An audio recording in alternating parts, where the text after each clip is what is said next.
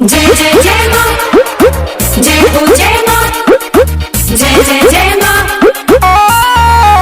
जय जय जय मां, जय हो जय मां, जय जय जय मां, जय हो।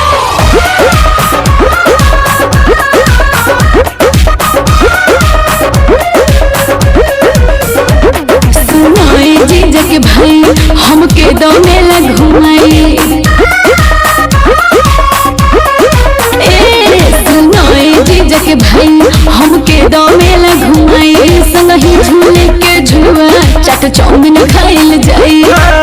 भीड़ बड़ी होला का बड़ा जाइबो आरा के मेला में भूला जाइबो। साचो भीड़ बड़ी होला का बड़ा जाइबो बक्सर के मेला में भूला जाइबो। मेले में आए हुए सभी दर्शनार्थियों का दुर्गा पूजा समिति हार्दिक स्वागत एवं अभिनंदन करता है। जय माता दी।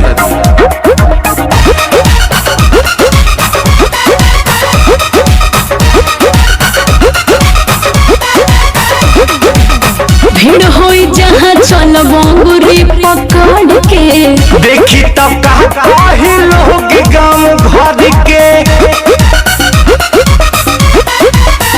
अरे कहे तू इतना डरलो जीजा।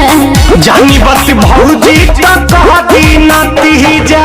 सासाराम बनारस के पंडाल सजल बा भारी। अच्छा। ऐसे चुनरी चढ़ी पूजा के मैया के दुआरी हो। लेट जइबू घरे तब कुटा जाइबू छपरा के मेला में भूला जाइबू।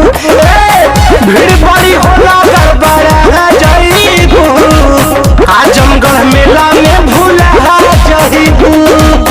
सभी माताओं और बहनों से अनुरोध है, छोटे छोटे बच्चों का हाथ पकड़ करके चले।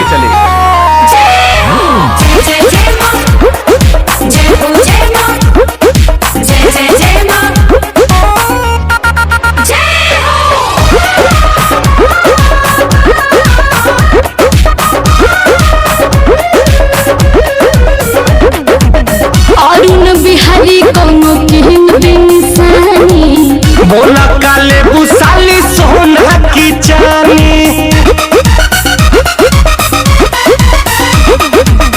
गहना गुड़िया न सूट सलवार हो।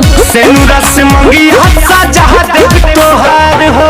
मैहर वाली मैया से तू बिनती जाके करिहा।